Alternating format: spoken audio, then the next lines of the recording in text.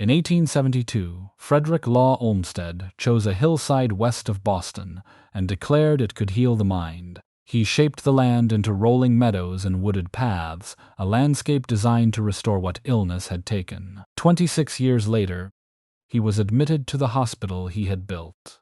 He never left. This is the story of Mclean, the most exclusive psychiatric institution in American history, and the 200-year question it still cannot answer. In the early years of the 19th century, Boston was a city that believed in itself. It had churches and counting houses, merchant ships and colleges, a harbor that connected it to the world, and a ruling class that considered itself responsible for the welfare of that world. Boston had ambition. It had capital.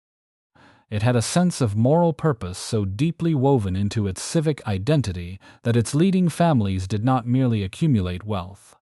They administered it as though fortune were a public trust and privilege came with instructions. What Boston did not have was a hospital.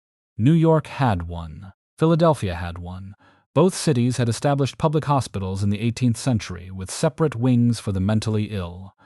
Boston, by contrast, had a public dispensary, a quarantine station at the harbor, and an almshouse. The almshouse was where the city sent the people it did not know what to do with. The poor, the elderly, the orphaned, the disabled, and the insane.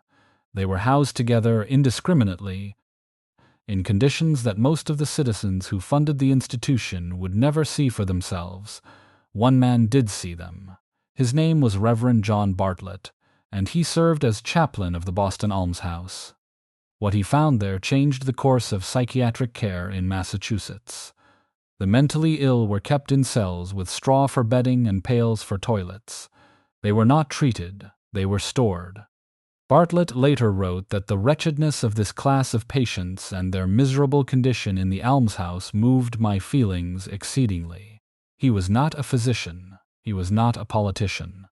He was a clergyman who understood that what he had witnessed was not merely a failure of medicine. It was a failure of conscience. Bartlett did the only thing available to a man of his position and era. He wrote a letter. He addressed it to the wealthiest men in Boston, and he asked them to build something better. Among the recipients were two Harvard-educated physicians, John Collins Warren and James Jackson. Both came from families whose names were already stitched into the fabric of Massachusetts history. Warren was the nephew of Joseph Warren, who had served as president of the Massachusetts Provincial Congress. Jackson's father, Jonathan Jackson, had been a member of the Congress of the Confederation. These were not men on the margins of power. They were the center of it, and they responded to Bartlett's letter not with charity but with architecture. In 1810, Warren and Jackson circulated a petition to establish a hospital for the reception of lunatics and other sick persons. The following year, the Commonwealth of Massachusetts granted a charter, founding the Massachusetts General Hospital Corporation. Former President John Adams presided over the corporation's first meeting. The membership included John Quincy Adams, James Bowdoin, and John Thornton Kirkland, president of Harvard College. The Board of Trustees read like a registry of Boston's most powerful families. Higginson, Quincy, Perkins. These men did not simply want to house the mentally ill. They wanted to reform the very concept of what an asylum could be, and to do that they turned to the finest architect in Boston. Charles Bulfinch had already shaped the city's skyline.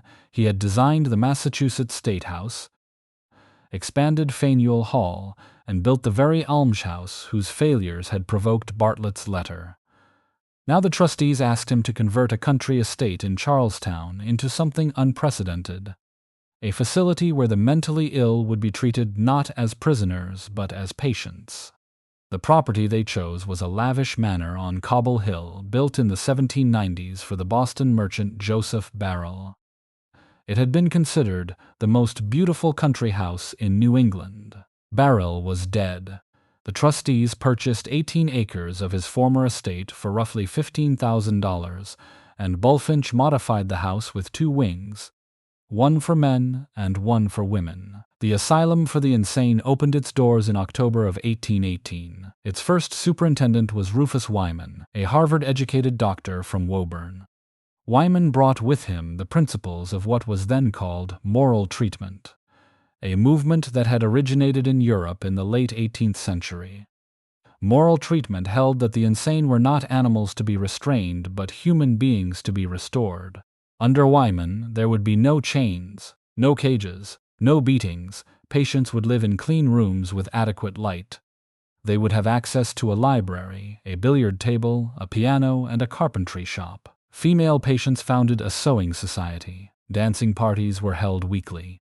An apothecary at the asylum wrote in his journal in 1825 with what sounds almost like surprise, "Find crazy people much more pleasant than I expected, and easily managed by the attendants." It was a remarkable beginning. In an era when madness was still widely understood as divine punishment or moral failure, this small institution on a hill in Charlestown proposed that it was neither. It was illness, and illness could be treated with dignity. But even in its first years, the asylum carried within it a quiet limitation that no one at the time thought to question. Its annual reports described its mission as serving an improved class of sufferers. The phrase was not an accident. It was a founding principle. The asylum was built by wealthy men, funded by wealthy donors, and designed for wealthy patients. The care was real. The compassion was genuine.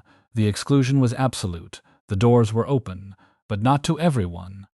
The man who gave the hospital its name never set foot inside it as a patient. John Mclean was a Boston shipping magnate, a merchant of the kind the city produced in great numbers during the early 19th century. Shrewd, well-connected, and deeply aware that in Boston, wealth was not merely personal, it was civic. Mclean's fortune had come from the sea, and the sea nearly took it back. One of his ships carrying valuable cargo was presumed lost. Mclean declared bankruptcy. His creditors absorbed the losses. His reputation in a city where reputation was currency suffered accordingly, and then the ship sailed back into Boston Harbor, intact, its cargo undamaged. Mclean was rich again, suddenly and completely, in the way that only maritime commerce could produce. What he did next became one of Boston's favorite stories about itself. Mclean invited his former creditors to dine at a Boston hotel. Beneath each plate, he had placed a check for the full balance owed, principal plus interest. It was a gesture of honor, performed with theatrical generosity. As one historian later wrote, "Of such stuff is the Boston legend made." When Mclean died in 1823, he left a bequest of more than $100,000 to the asylum in Charlestown. It was an enormous sum. In 1826, the institution was renamed the Mclean Asylum for the Insane. The merchant's name would endure long after the details of his fortune were forgotten. 2 centuries later, it still hangs above the entrance to a hospital that has outlived nearly every other institution of its kind. But the renaming did more than honor a donor. It marked the moment when the asylum's identity became fully entangled with the class of people who funded it. Mclean was not a physician. He was not a reformer. He was a man who had money and chose to give it away, and in doing so he stamped the institution with something more permanent than a name. He stamped it with an expectation. Mclean Asylum would serve the families who built Boston. It would be their hospital, their refuge, their quiet place to send a troubled son or an inconvenient wife. This was not in itself unusual. Private institutions have always served those who can pay. But what made Mclean's class identity so consequential was the contrast that was forming around it. In 1828, a young state representative named Horace Mann stood before the Massachusetts legislature and declared that the insane are the wards of the state. It was a radical proposition that government bore responsibility for the mentally ill, not merely their families. Mann's speech helped usher in the era of public psychiatric hospitals in Massachusetts. The first to open was the Worcester Insane Asylum in 1833. Worcester and Mclean would quickly come to represent 2 different answers to the same question. Who deserves care? Worcester took in the indigent, the homeless, the people no one else would claim. Towns sent their paupers there. Mclean, meanwhile, served the opposite end of the social register. As one historian put it, towns sent their paupers to Worcester, while wealthier families showed more eagerness to refer mentally ill relatives to Mclean. The two institutions existed side by side in the same commonwealth, treating the same conditions, and yet they might as well have been on different continents. The distance between them was not merely financial. It was physical, and it was moral. In the 1840s, a woman named Dorothea Dix set out to document the conditions inside asylums and jails across Massachusetts. What she found was not ambiguous. In an 1843 address to the state legislature, she described patients confined in cages, closets, cellars, stalls, pens, patients who were chained, naked, beaten with rods, and lashed into obedience. Her testimony was specific, her language precise, her outrage controlled enough to be devastating. The legislature listened. Reforms followed, slowly and incompletely, as reforms do. At Mclean, during the very years Dix was cataloging these horrors, the scene was almost unrecognizably different. Male patients enjoyed billiard tables and well-stocked libraries. Female patients organized social clubs. The grounds were maintained. The food was adequate. The attendants were, by the standards of the time, gentle. An 1851 annual report stated the institution's purpose with a clarity that left no room for misunderstanding. Mclean existed to afford the fullest means of comfort, and even of luxury, to a class of patients who had been used to a generous mode of life. Read that sentence carefully. It does not say Mclean existed to treat illness. It says Mclean existed to maintain a standard of living. The patients were not simply unwell. They were unwell and accustomed to comfort, and the institution understood its job as preserving both their health and their social position. Madness at Mclean was not permitted to be undignified. It was permitted to be many things: melancholy, dramatic, even poetic, but it was never allowed to be poor. This was not cruelty. The care at Mclean was genuinely advanced for its era. The moral treatment model, whatever its limitations, represented an enormous step forward from the chains and cages that Dorothea Dix had documented elsewhere. Patients at Mclean were treated as human beings. They were spoken to, not shouted at. They were offered occupation and leisure, not isolation and punishment. The institution's founders believed sincerely that a humane environment could heal a broken mind. But sincerity does not eliminate contradiction. Mclean proved decisively that the mentally ill could be treated with compassion, and it proved, just as decisively, that such compassion would be distributed according to the same lines that governed everything else in American life. The wealthy received care. The poor received Dorothea Dix. By the middle of the 19th century, Mclean had evolved into something the founders might not have predicted but would certainly have recognized. It was a Boston institution in the fullest sense of the word.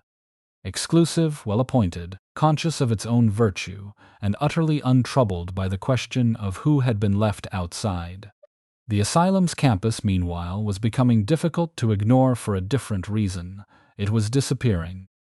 The Cobble Hill neighborhood of Charlestown had been a gracious setting in 1818. By the 1870s, it was something else entirely. Railroad tracks cut through the surrounding streets. Factories crowded the horizon. Slaughterhouses operated within earshot of the wards. The area that had once been chosen for its country quiet had become, as one account described it, an island in an industrial wasteland. The asylum's bucolic campus was now hemmed in on all sides by the machinery of industrial Boston, and the trustees understood that no amount of moral treatment could overcome the sound of a locomotive passing outside a patient's window.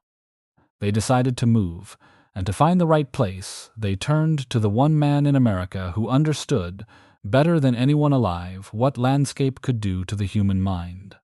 Frederick Law Olmstead was 50 years old and already the most celebrated landscape architect in the country. He had designed Central Park in New York with Calvert Vaux, transforming a stretch of swamp and rock into an urban masterpiece that would define the idea of public green space for generations. He had designed Prospect Park in Brooklyn. He was in the process of shaping Boston's own emerald necklace, a chain of parks that would thread through the city like a green river. Olmstead did not merely arrange trees and pathways. He believed, with the fervor of a scientist and the instinct of an artist, that the natural world possessed a restorative power that could reach the deepest recesses of the human spirit. He called it unconscious influence, the way a carefully composed landscape could calm a troubled mind without the person ever knowing why. The Mclean trustees commissioned Olmstead and Joseph Curtis, a local civil engineer, to select a new site. Olmstead chose a parcel of 114 acres in the town of Waverly, which would later become Belmont, roughly 10 miles west of downtown Boston. He wrote to the trustees that the site had a decided advantage in the great numbers of well-grown trees and in local picturesque interest. The hospital purchased the land in 1875 for $75,000. Olmstead's vision for the new campus was specific and deeply considered. He proposed a cottage model, small domestic-scale buildings scattered across the terrain, connected by winding paths, each structure nestled into the landscape rather than imposed upon it. The idea was that patients would live not in an institution but in something resembling a village, surrounded by trees and meadows and the kind of natural beauty that Olmstead believed could do what no medicine of the era could accomplish. The grounds themselves would be the treatment. The trustees listened to Olmsted's site recommendation. They largely ignored the rest. When construction began in 1892, the buildings that rose on the Belmont hillside were not cottages. They were Tudor mansions, 4 and 5 stories tall, brick and stone, imposing in the way that institutions of wealth and prestige tend to be. They looked, as many observers would note over the years, more like a New England preparatory school than a hospital. There were no fences, no locked gates, no guard towers. The architecture communicated a message that was meant to be read by the families writing the checks. This is not an asylum. This is a place where people like us go when they need rest. The new Mclean Hospital opened in October of 1895, exactly 77 years after the original asylum had admitted its first patient. The campus featured everything the old one had offered and considerably more. 2 gymnasiums, one for men and one for women, provided space for physical exercise and social gatherings. Nurses were trained in massage. Steam rooms and elaborate shower units offered what the hospital called hydrotherapy. The working farm supplied most of the institution's food. Patients could ride horses, attend concerts, take painting classes, or simply walk the grounds that Olmstead had selected for their beauty. Some patients, it was reported, had replicas of their own homes constructed on the hospital property. The fact that this detail survives in the historical record tells you something about the kind of institution Mclean had become. It was not enough to be comfortable. One had to be comfortable in a manner consistent with the life one had left behind. Clover Adams, wife of the historian Henry Adams, captured the spirit of the place with a remark that has endured for more than a century. The insane asylum seems to be the goal of every good and conscientious Bostonian. It was meant as wit. It was also, in its way, a diagnosis. Mclean had become so thoroughly woven into the social fabric of Boston's upper class that admission carried a strange kind of respectability. One did not merely go to Mclean. One went to Mclean the way one went to Harvard or to the Symphony, as a matter of station. 3 years after the Belmont campus opened, Frederick Law Olmstead arrived there for the last time. He did not come to inspect the grounds or to consult on a planting scheme. He came because his mind was failing. In the mid-1890s, Olmstead had begun showing symptoms of progressive dementia. He complained of noises in his head. His ability to work deteriorated. His family tried interventions, including a summer home in Maine designed specifically to stimulate his fading faculties through engagement with natural scenery. None of it worked. In 1898, Olmstead was admitted to Mclean Hospital as a patient. He was 76 years old. The man who had chosen this hillside for its therapeutic beauty, who had believed that landscape could reach the mind when nothing else could, now walked the paths he had envisioned as someone in need of the very healing he had promised others. He was lucid enough, at least once, to look around and notice what had been done to his vision. The buildings were too large. The layout was wrong. The plan he had drawn had not been followed, he reportedly said to a family member, with a bitterness that cuts across the distance of more than a century. They didn't carry out my plans, confound them.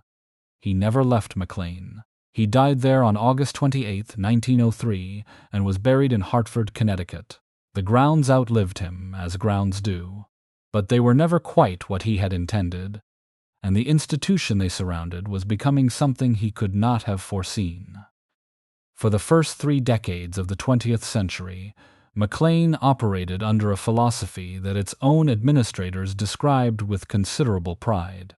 Earl Bond, a hospital administrator, called it a kind of purified moral treatment. He identified 6 therapeutic forces at work in the institution: personal space, grouping patients by illness, a system of promotion through increasing levels of independence, recreation, a warm and supportive environment, and psychotherapy in which patients were treated as their doctor's equals. Bond noted, with satisfaction, that Mclean's patients were not contaminated by wonder drugs, tranquilizers, psychoanalysis, and shock treatments. He was describing a world that was about to end. The 1930s arrived, and with them came a new faith in the power of the body to fix the mind. Across the Western world, psychiatry was turning away from talk and toward intervention. The question was no longer how to make a patient comfortable. The question was how to jolt the brain into behaving differently, and the answers that emerged from laboratories and clinics in Vienna, Budapest, and Rome would reach Mclean within the decade. The first was metrazole therapy.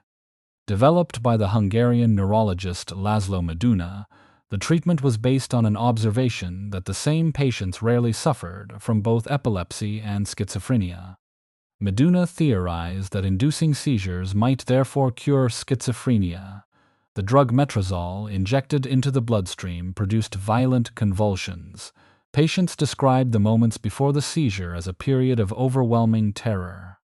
Many begged not to receive a second treatment. Mclean introduced metrazole therapy in 1938. That same year, the hospital began using insulin shock therapy, a procedure developed by the Austrian psychiatrist Manfred Sackel. Patients were injected with large doses of insulin, enough to plunge the body into hypoglycemic coma. They would remain unconscious for hours, sometimes longer, before being revived with glucose. The process was repeated daily, for weeks or months, sometimes 50 or 60 sessions in a single course of treatment. The theory was that the coma itself was curative, that the brain, forced into shutdown and then restarted, would somehow emerge repaired. The risks were not theoretical. Patients could suffer heart failure, brain hemorrhage, or prolonged coma from which they never fully recovered. The procedure required dedicated staff, a specialized unit, and patients strong enough to survive it. Mclean also adopted electroconvulsive therapy, in which an electrical current was passed through the brain to induce seizures. Of the 3 treatments, electroconvulsive therapy proved the most enduring. Mclean's physicians determined relatively quickly that it was more precise and less dangerous than either metrazole or insulin coma, and the hospital discontinued both chemical therapies by 1941, earlier than most institutions in the country. It was a distinction that mattered. Many hospitals continued using insulin shock therapy well into the 1950s. Mclean's willingness to abandon it ahead of the field was, by the standards of the era, an act of institutional discernment. But discernment has limits, and the 1940s would test Mclean's in ways the hospital preferred not to discuss publicly. Psychosurgery arrived. The lobotomy, developed by the Portuguese neurologist Antonio Egas Moniz and enthusiastically promoted in the United States by Walter Freeman, involved severing neural connections in the prefrontal cortex. The procedure was not common at Mclean, but it was performed in some cases. The historical record does not specify how many. It does not name the patients. What is known is that the institution that had prided itself on treating patients as equals did, on occasion, authorize a procedure that could leave them with permanent personality changes, emotional flatness, and intellectual impairment. The lobotomy would win Moniz a Nobel Prize in 1949. It would also come to be regarded as one of the most destructive chapters in the history of medicine. Meanwhile, Mclean's psychiatrist-in-chief, Kenneth Tillotson, was pursuing his own line of experimentation. Tillotson developed what he called hypothermia treatment, in which a patient's body temperature was deliberately lowered by 10 to 20 degrees Fahrenheit. The theory, such as it was, held that cooling the body could calm the mind. The practice involved sustained sessions that could last for hours. One patient died after a session lasting 50 hours. The death did not end Tillotson's career at Mclean. What ended it was something the institution considered far more serious. In the late 1940s, it was discovered that Tillotson had been romantically involved with a young nurse named Anne Marie Salot. The relationship violated the professional boundaries that Mclean, as a Harvard-affiliated institution, held as fundamental to its identity. Tillotson was forced to resign. Both he and Salot were charged with immoral acts. They pleaded guilty and paid fines. As one historian wrote, Tillotson became persona non grata because he had committed the unpardonable sin of tarnishing Mclean's respectability. Consider what that sentence reveals. A patient had died during an experimental hypothermia session, and the institution continued. A psychiatrist conducted a romantic affair with a nurse, and the institution expelled him. The hierarchy of transgression tells you what Mclean valued most. It was not the safety of its patients, though it genuinely cared about that. It was the reputation of the house, the appearance of propriety, the unbroken surface of an institution that had spent a century presenting itself as the most civilized place in American psychiatry. The dark therapies of the mid-20th century were not unique to Mclean. Every major psychiatric hospital in the country was experimenting with some combination of shock, surgery, and sedation. Mclean, to its credit, abandoned the worst of these practices sooner than most. But the episode exposed something that the Tudor mansions and rolling lawns had been designed to conceal. Behind the architecture of compassion, behind the billiard tables and the hydrotherapy suites and the language of moral treatment, there existed a willingness to do harm in the name of cure. The harm was not sadistic, it was institutional. It was performed by educated men who believed they were advancing science within walls that assured everyone, patients and families alike, that this was the finest care available anywhere. The finest care available anywhere included, for a time, deliberately stopping a human heart with insulin and hoping it would start again. By the 1950s, the shock treatments and the surgeries were fading. A new era was arriving at Mclean, one that would be defined not by what doctors did to patients, but by what patients did with their suffering.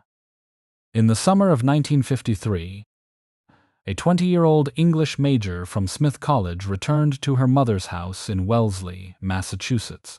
She had just completed a prestigious guest editorship at Mademoiselle magazine in New York. She had won prizes. She had published poems. By every external measure, Sylvia Plath was a young woman of extraordinary promise on a path that should have led to triumph. Instead, she crawled into the crawl space beneath her mother's house, swallowed a bottle of sleeping pills, and lay there in the dark for 3 days before anyone found her. She survived. And after a period of initial treatment elsewhere, she was admitted to Mclean Hospital. Plath spent 6 months on the grounds in Belmont. She received electroconvulsive therapy, she participated in psychotherapy, and she lived among the other patients in a place that looked nothing like the asylums of popular imagination. There were no padded cells, no straitjackets, no barred windows. There were lawns and walkways and buildings that resembled the campus of the college she had just left. Years later, she would transmute the experience into a novel. The Bell Jar, published in 1963 under a pseudonym and just weeks before her death, rendered the interior of institutional psychiatry with a precision that owed nothing to melodrama and everything to memory. The hospital in the novel is not a house of horrors. It is something more unsettling than that. It is a place that is almost pleasant, almost normal, and yet utterly sealed off from the life the narrator once knew. The bell jar of the title is not a prison. It is an atmosphere. You can see through it, but you cannot breathe. Plath left Mclean and returned to Smith. She graduated. She moved to England. She married the poet Ted Hughes. She had 2 children. She continued to write with a ferocity that those who knew her found both astonishing and alarming. On February 11, 1963, in a flat in London, she sealed the kitchen door with towels, turned on the gas, and placed her head inside the oven. Her children were asleep in the next room. She was 30 years old. The Bell Jar had been published in London just 1 month earlier. 5 years after Plath's stay at Mclean, another poet arrived. Robert Lowell came from the kind of family that did not merely belong to Boston. It had helped build it. His ancestor, John Lowell, had been among the founding members of the Massachusetts General Hospital Corporation, the very body that had created the asylum in 1811. To be a Lowell in Boston was to be woven into the institutional fabric of the city itself, and when Robert Lowell suffered a manic episode severe enough to require hospitalization, there was really only one place for him to go. He checked into Bowditch Hall at Mclean in 1958. He would return 4 more times over the following years. Lowell suffered from what is now called bipolar disorder, and his cycles of mania and collapse were as much a part of his biography as his poetry. In a letter to the poet Elizabeth Bishop, he described the atmosphere of Bowditch Hall with the eye of a man who understood that absurdity and suffering could occupy the same room. He called it an ancient deceased sultan's seraglio, a place where patients were treated to a maze of tender, fussy attentions suitable for very old ladies, including chocolate-scented milk at 8:30 and a lounging and snoozing bedspread after meals. The description is affectionate and devastating in equal measure. Lowell saw Mclean for what it was, an institution that smothered its patients in comfort while they waited for their minds to reassemble. The comfort was real. So was the waiting, and so was the poetry that emerged from it. Lowell's poem, Waking in the Blue, written during his time at Mclean, opens with a portrait of a fellow patient, a man identified only as Bobby, Porcellian 29, wandering the halls in his birthday suit. The Porcellian Club is one of the most exclusive social clubs at Harvard. Even in madness, at Mclean, the pedigree followed you. Lowell's presence at Mclean was not merely biographical. It was generative. He had begun teaching at Boston University, and among his students were 2 women who would themselves become central figures in American poetry, Sylvia Plath and Anne Sexton. Plath had already been to Mclean. Sexton would follow. The 3 of them formed a constellation of brilliance and suffering that would reshape the possibilities of confessional poetry, the act of turning personal anguish into public art. Sexton's relationship with Mclean was characteristically her own. She arrived first as a teacher, not a patient. In 1968, she began leading weekly poetry workshops at the hospital, working with patients who were themselves grappling with the intersection of language and illness. She told friends she wanted to enroll at Mclean, in part to share the experience that Plath and Lowell had written about so powerfully. In 1973, she got her wish, admitted for a 5-day evaluation. A year later, she sat in her car in the garage of her home in Weston, Massachusetts, turned on the engine, and died of carbon monoxide poisoning. She was 45. She had won the Pulitzer Prize for Poetry in 1967. During the same era, a teenager from a prominent North Carolina family checked into Mclean for depression. James Taylor was a high school senior who had been sleeping 20 hours a day, retreating into a darkness that no amount of family wealth or social standing could illuminate. At Mclean, he began to write music. One of the songs he composed there, or shortly after, was called Knocking Round the Zoo. The title referred to Mclean. The song carried the loose, melancholy quality that would define Taylor's career, the sound of a man who had seen the inside of something most people only read about. Taylor would go on to become one of the best-selling recording artists in American history. He would also speak publicly, over the decades about his struggles with depression and addiction, becoming one of the first major cultural figures to treat mental illness not as a secret to be guarded but as a fact to be acknowledged. What Mclean gave these artists was not a cure. In the cases of Plath and Sexton, the institution could not prevent the outcome it most feared.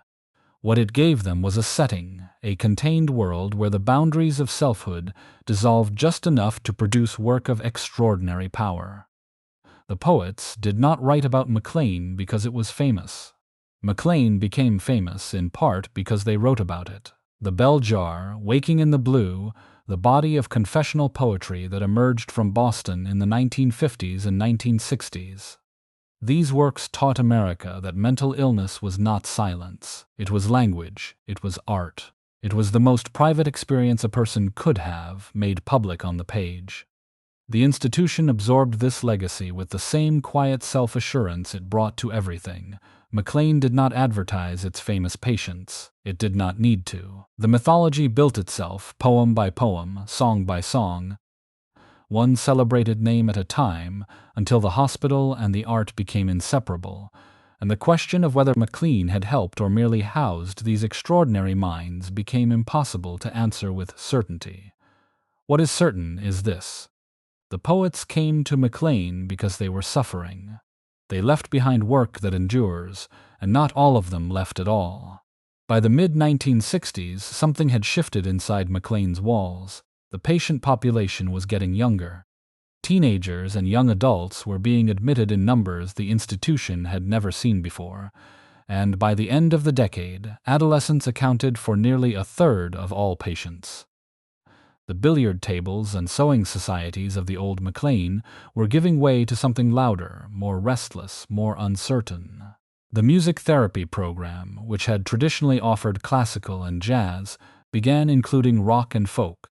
The wards that had once housed Boston Brahmins and their quietly deteriorating relatives now held the children of the 1960s, young people caught between the expectations of their families and the upheavals of their era. A psychiatrist named Merton Kahn captured the transformation with a remark that became one of the most quoted lines in Mclean's history. The old definition of the proper Bostonian, Kahn observed, used to be someone who lived on Beacon Hill and had an uncle in Mclean. He paused. Now it was someone at Mclean who had an uncle on Beacon Hill. The joke was precise. The institution that had defined itself by the prestige of its patients was now being defined by their youth, their confusion, and in many cases, their unwillingness to accept the diagnosis that had brought them there. Among the teenagers admitted during this period was a young songwriter from North Carolina named James Taylor, whose story has already been told. Among them, too, was a young woman from Cambridge, Massachusetts, whose story would not be told for another 25 years, and whose telling of it would force a question that Mclean had never been required to answer in public. In 1967, Susanna Kaysen was 18 years old. She had been seeing a psychiatrist, and after a single session with a doctor she had never met before, a session that lasted by her account approximately 20 minutes, she was placed in a taxi and sent to Mclean Hospital. She was admitted to the ward for teenage girls. The diagnosis on her chart read borderline personality disorder. She would remain for nearly 2 years. Kaysen did not publish her account of those years until 1993, when her memoir Girl Interrupted appeared to immediate and widespread attention. The book was slim, precise, and disquieting.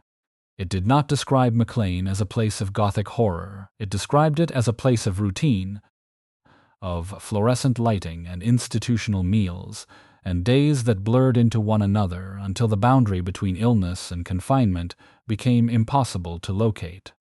Kaysen wrote about her fellow patients with clarity and without sentimentality. She wrote about the staff with a detachment that was more unsettling than anger. And she raised a question that the institution's 200-year history had been carefully structured to avoid. Who decides who is sane? The question was not rhetorical. Kaysen had been committed on the authority of a single psychiatrist after a single brief encounter. Her diagnosis, borderline personality disorder, was a category whose boundaries were contested even within the profession. She was not violent. She was not delusional.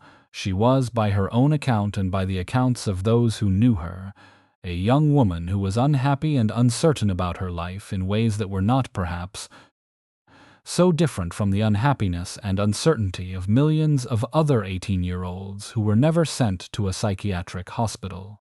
Girl Interrupted did not argue that Mclean was a bad place. It argued something more corrosive, that the line between patient and person, between illness and nonconformity, between treatment and control, was thinner than anyone inside the institution was willing to admit. The memoir became a bestseller. In 1999, it was adapted into a film starring Winona Ryder and Angelina Jolie.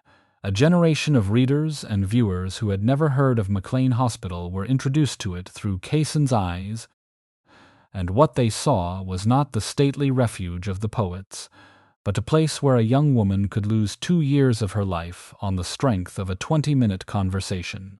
The book arrived at a moment when the country was beginning to reckon, unevenly and incompletely, with the question of who belonged in psychiatric institutions and why. Deinstitutionalization, the movement to close large state hospitals and shift patients into community-based care, had been underway for decades. The results were mixed at best and catastrophic at worst, with thousands of former patients ending up homeless or incarcerated rather than treated. McLean, as a private institution, was somewhat insulated from this upheaval. But the broader questions it raised, about authority, about autonomy, about the right of institutions to define the boundaries of normal human experience, reached McLean's gates all the same. While Casson's memoir would become the most visible account of this era, the institution was enduring a quieter devastation that no book would capture. Throughout the 1960s, McLean experienced a cluster of patient suicides. The details are sparse in the public record, as they tend to be in psychiatric institutions where confidentiality is both a legal obligation and a cultural reflex. What is known is that the losses were frequent enough to constitute a pattern, and that the hospital struggled, as all psychiatric institutions do, with the terrible arithmetic of caring for people whose illness makes them want to die. Then, in the mid-1970s, the tragedy turned inward. Dr. Harvey Sheen was a psychiatrist at McLean, a brilliant clinician with a reputation for intellectual rigor and a deep commitment to his patients. He had devoted considerable energy to bringing the subject of suicide into the open within psychotherapy, arguing that it should be discussed directly rather than avoided, that naming the impulse was a necessary step toward disarming it. He was 41 years old, widely respected, and by all outward appearances a man with a future at McLean that would only grow in significance. In 1974, Harvey Sheen took his own life. The effect on the hospital was devastating. This was not a patient. This was a doctor, a healer, a man who had spent his career trying to understand the very force that destroyed him. His colleagues were shattered. At his funeral, one doctor recalled, people didn't just sob, they were wailing. The sound of that grief carried something beyond personal loss. It carried the recognition that expertise offered no immunity, that understanding suicide intellectually did not protect you from it, and that the institution whose mission was to stand between its patients and the abyss could not always stand between its own people and that same darkness. McLean absorbed the loss the way institutions absorb all losses, with memorials and meetings, and a gradual, necessary return to the work of caring for the living. But something had been punctured. The confidence that had sustained the hospital through its golden age, the quiet assurance that McLean knew what it was doing, and did it better than anyone else, had been shaken by a death that no amount of privilege or prestige could have prevented. The decades that followed would shake it further. The trouble did not arrive all at once. It accumulated, the way structural damage does, in places no one thought to inspect until the cracks became visible from the outside. The first blow came from within the institution's own leadership. Shervert Fraser had served as Mclean's psychiatrist-in-chief for more than a decade, a figure of considerable authority in American psychiatry and a man whose reputation was inseparable from the hospitals.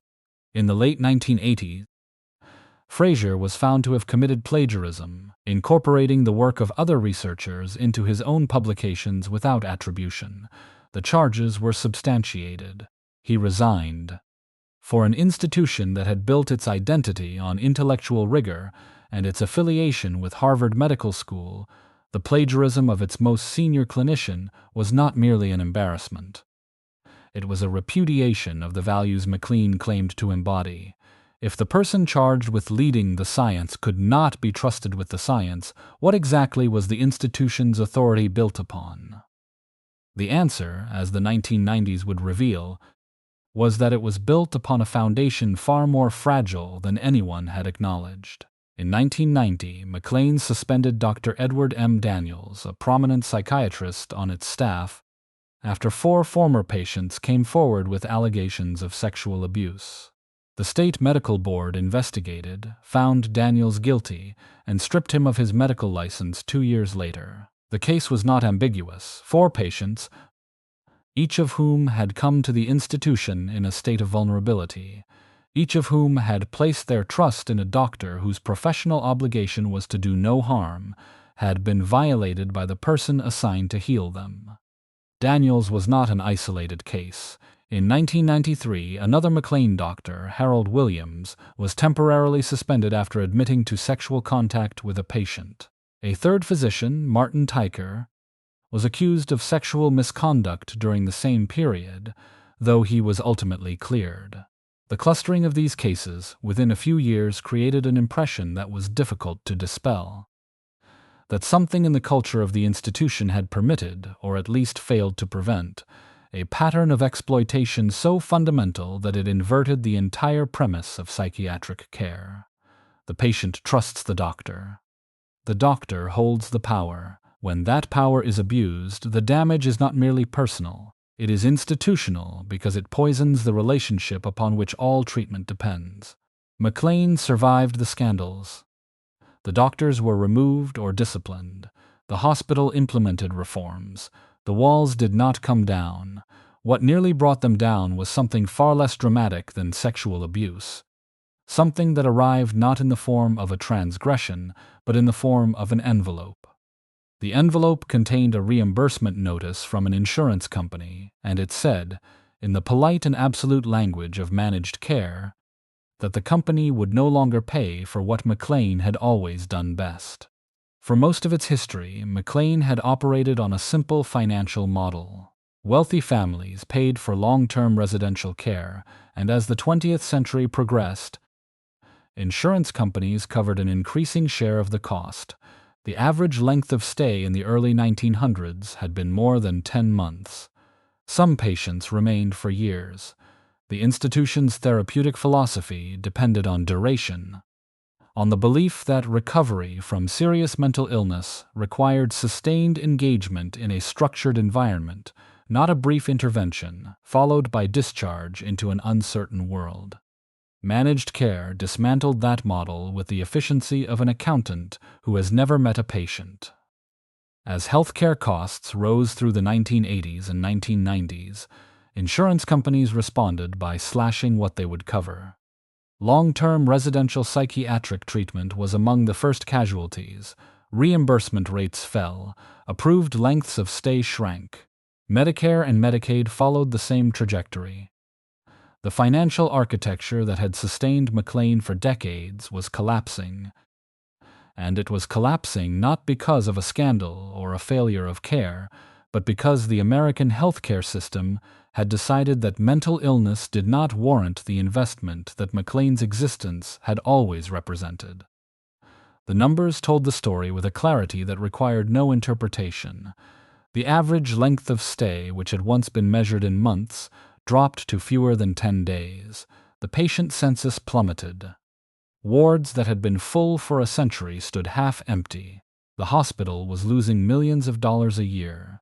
Buildings that had been maintained since the time of Olmstead began to deteriorate. Staff were laid off. Pay was cut. programs were shut down. The administration, desperate for revenue, auctioned off antiques that had furnished the hospital since the 19th century, selling the objects of its own history to keep the lights on. Partners Healthcare, the parent company that oversaw Mclean as part of the Massachusetts General Hospital System, began to consider the possibility that had once been unthinkable: closing Mclean, shutting down the oldest psychiatric hospital in New England, the flagship mental health institution of Harvard Medical School, the place where Olmstead had died and Plath had written, and Lowell had wandered the halls in his bathrobe composing poetry that would outlast them all. Boston Magazine published an article with a title that read like an obituary: "Last Days of the Asylum."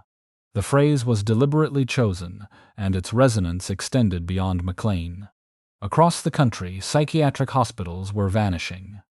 The great state institutions that had been built in the 19th century on the promise of moral treatment, and expanded in the 20th on the promise of medical science, were closing their doors, one after another, victims of deinstitutionalization, funding cuts, and a national reluctance to spend public money on the mentally ill. Mclean was private, not public, but it was caught in the same tide. The era in which a psychiatric hospital could sustain itself on long-term residential care was over. The question was whether Mclean could find another way to exist, or whether it would follow the public institutions into extinction. The trustees, to their credit, refused to accept the second option. They understood that Mclean possessed one asset that no financial crisis could devalue, one resource so fundamental to the institution's identity that selling it felt like selling the mission itself. They had the land, 240 acres of it, rolling and wooded, chosen by Frederick Law Olmstead more than a century earlier for its therapeutic beauty. The grounds that were supposed to heal the mind would now be asked to save the institution. The irony was not lost on anyone, but irony does not pay debts. And Mclean was running out of time. The plan was called the Master Plan, and it had the bureaucratic plainness of language that institutions use when they are about to do something irreversible. The trustees proposed to divide the campus into zones. A core of roughly 80 acres would remain as the hospital's operational footprint. 140 acres would be permanently dedicated to public open space, protected from development in perpetuity, and 51 acres, the remainder, would be sold to developers for residential and commercial construction. The math was straightforward. The hospital needed money. The land had value. The land could be converted into money. Everything else was negotiation. But in Belmont, Massachusetts, nothing involving land is ever merely negotiation. The proposed sale ignited a political debate in the town that lasted the better part of a decade, and that participants on all sides would later describe as divisive, exhausting, and at times baroque. On one side were those who wanted the development restricted to high-end residential housing, preserving the character of the neighborhood, and not incidentally, the property values of the homes that bordered the campus. On the other were those who favored a mixed-use plan, combining residential development with commercial real estate and preserving as much of Olmstead's original open space as possible. Between them stood the hospital, which needed the revenue regardless of which plan prevailed, and which watched the town meetings and zoning hearings with the anxious patience of an institution that understood its survival was being decided by people arguing about setback, requirements, and traffic studies. The town of Belmont approved the master plan in 1999. The deal was finalized in 2005. Mclean received $14.7 million for the 51 acres, a figure that was more than $30 million short of what the hospital had originally hoped to realize from the sale. The shortfall was significant, but the alternative, the closure of the institution, was worse than any discount. The land that Frederick Law Olmstead had chosen in 1872 for its well-grown trees and picturesque interest was now being subdivided into building lots. Construction equipment appeared on ground that had been meadow for more than a century. Streets were laid, foundations were poured, Houses rose on terrain where patients had once walked among the trees that Olmstead believed could calm a troubled mind. The campus that had been listed on the National Register of Historic Places in 2003, encompassing more than 300 acres of architecturally and historically significant landscape, was shrinking to a fraction of its former self. The hospital survived. That was the point of the exercise, and by that measure the master plan succeeded. Mclean did not close. It did not follow the great public psychiatric institutions of the 20th century into oblivion. But survival required more than land sales. It required a new financial model, and the model that Mclean chose carried within it an echo so distinct that even the people implementing it could hear it.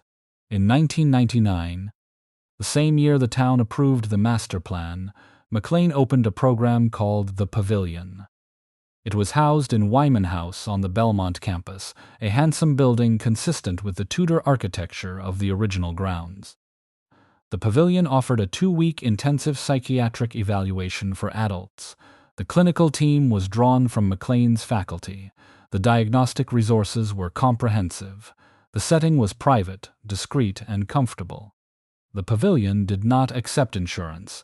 The cost, paid entirely out of pocket, was more than $50,000 for the 2-week stay. Dr. Peter Corus, who helped develop the program, described its philosophy with a candor that would have made the hospital's 19th-century founders nod in recognition. "It's going back to what we used to do," he said. The statement was accurate in ways that extended beyond what Corus may have intended. Mclean had been founded in 1818 as a place where Boston's wealthiest families could send their mentally ill relatives for care that was unavailable to anyone who could not pay. For nearly 2 centuries, the hospital had evolved, expanded, affiliated with Harvard, contributed to neuroscience, treated thousands of patients across a widening spectrum of backgrounds and diagnoses. Insurance had democratized access, at least partially. The patient population had diversified. The institution had grown into something more complex and more inclusive than its founders had envisioned. Now facing extinction, Mclean was returning to first principles. The Pavilion was followed by more self-pay programs, each one designed for patients with the financial resources to pay without insurance. Since the mid-2000s, the hospital has opened 6 additional high-end residential programs across Massachusetts and Maine. Daily rates range from $650 to nearly $2,000. As with the Pavilion, insurance is not accepted. Residents are typically expected to stay for at least 30 days. By 2018, self-pay programs accounted for 40% of Mclean's residential beds. A Boston Globe investigation that year reported that only 17% of Mclean's patients were covered by Medicaid, compared to a statewide average of 48% for psychiatric hospitals. The hospital's most profitable programs were, without exception, the ones for which patients paid out of their own pockets. Patient advocacy groups noted that the expansion of private pay care was occurring at a time when many people with insurance were struggling to get their providers to cover even basic psychiatric treatment. The concern was not that Mclean was doing something illegal. The concern was that it was doing something clarifying, demonstrating in real time that the best psychiatric care in the country was once again becoming available primarily to those who could write a check. Mclean's leadership maintained that the self-pay programs funded the hospital's broader mission, including its research, its training programs, and its insurance-based services. The argument was not unreasonable. An institution that does not survive cannot serve anyone, and Mclean's research programs, funded in part by the revenue from its private pay clients, continued to produce significant contributions to neuroscience and psychiatric medicine. The hospital remained the largest recipient of National Institutes of Health funding among psychiatric hospitals in the country, but the circularity of the arrangement was difficult to ignore. The wealthy funded the institution. The institution used that funding to maintain its prestige. The prestige attracted more wealthy patients. The cycle was self-sustaining. and it looked, from the outside, remarkably similar to the model that had operated on Cobble Hill in 1818, when the asylum first opened its doors to an improved class of sufferers. Mclean had come full circle. It had been born as a refuge for the privileged, expanded into something broader, nearly died when the broader model could no longer pay for itself, and survived by contracting back to the original proposition. The grounds were smaller, the buildings were fewer, the farm was gone, the antiques auctioned, the meadows paved. But the fundamental transaction remained unchanged. The best care in American psychiatry was available to those who could afford it, and to those who could not, it remained what it had always been. A place they had heard of but would never enter. On the last day of May 2012, a staff member at the Harvard Brain Tissue Resource Center walked into a storage facility on the Mclean campus and discovered that something had gone wrong. Freezer U, one of 24 industrial freezers in the center's brain bank, had lost power. No one knew exactly when. The digital readout on the front of the unit still displayed -79 degrees, the correct temperature. But the readout was lying. Inside, the freezer had been warming for days, and the 2 alarm systems designed to detect exactly this kind of failure had not made a sound. When the staff opened the freezer, they found 150 brains that had thawed and turned dark with decay. Among them were 54 samples from individuals who had been diagnosed with autism. That collection represented nearly a quarter of the world's available autism brain tissue, specimens that had been donated by families, many of whom had made the decision to contribute their loved ones' remains in the hope that science might one day explain what medicine could not.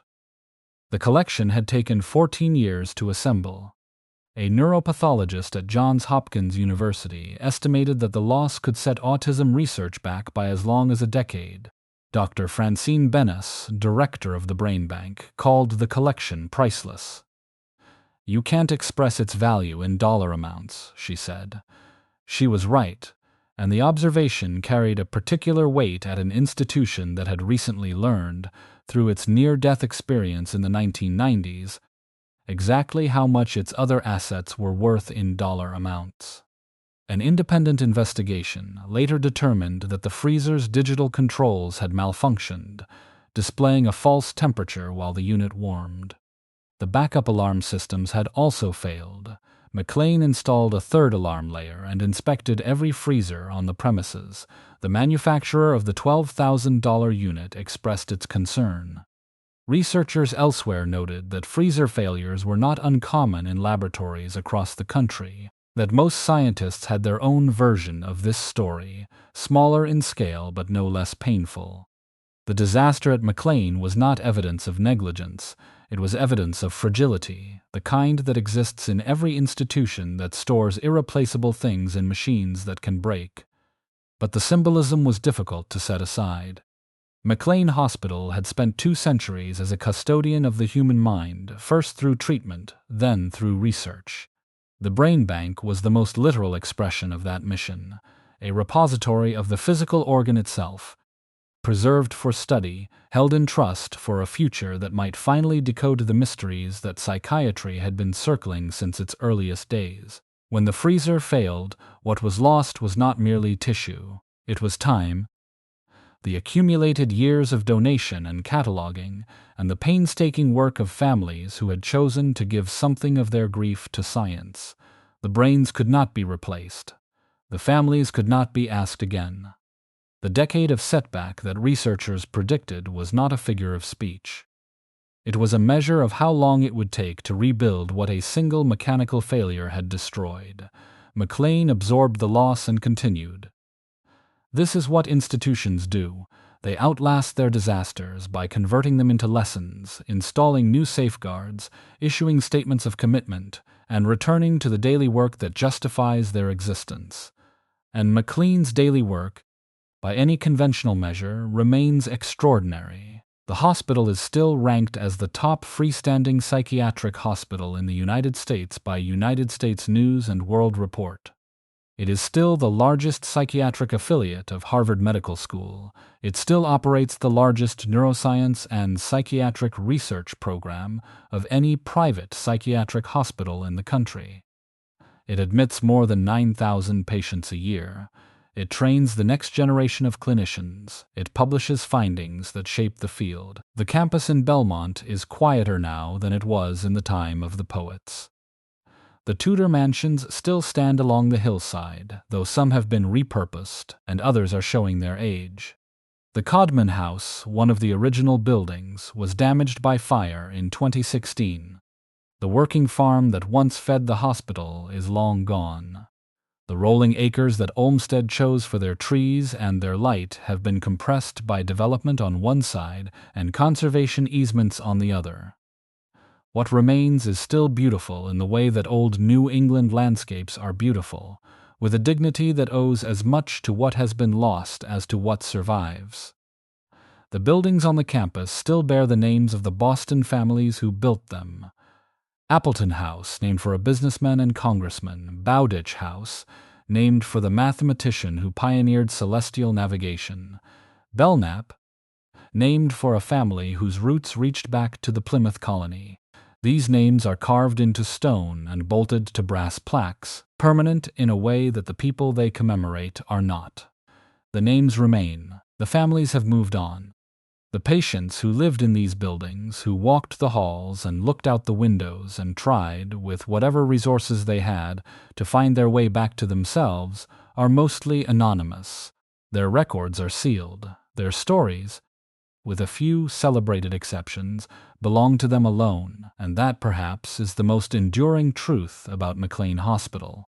For every Sylvia Plath who turned her suffering into literature, there were hundreds of patients whose names appear in no poem, no memoir, no film.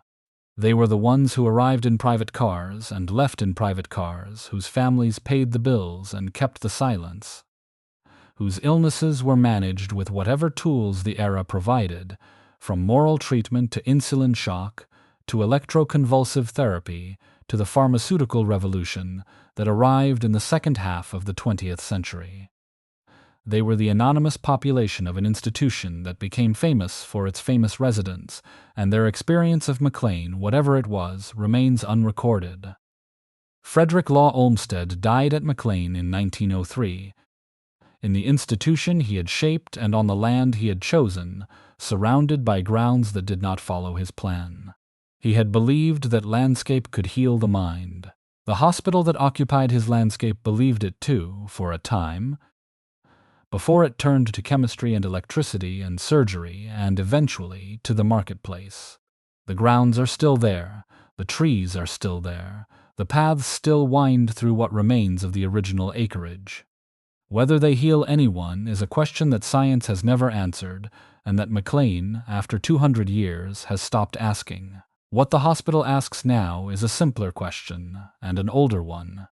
It is the question it asked in 1818, when it opened its doors on Cobble Hill and admitted its first patient from among Boston's most respectable families. It is the question it asked in 1999, when it opened the pavilion and charged $50,000 for 2 weeks of care. It is the question that runs beneath the entire history of this institution like groundwater, invisible and inexhaustible. Can you pay? The answer to that question has always determined the quality of psychiatric care in the United States. Mclean did not create that reality, but it has embodied it faithfully and without interruption for longer than any other institution in the country. The building still stands. The question still stands with it. If you enjoyed this video, please like and subscribe to our channel so you never miss out on more fascinating stories.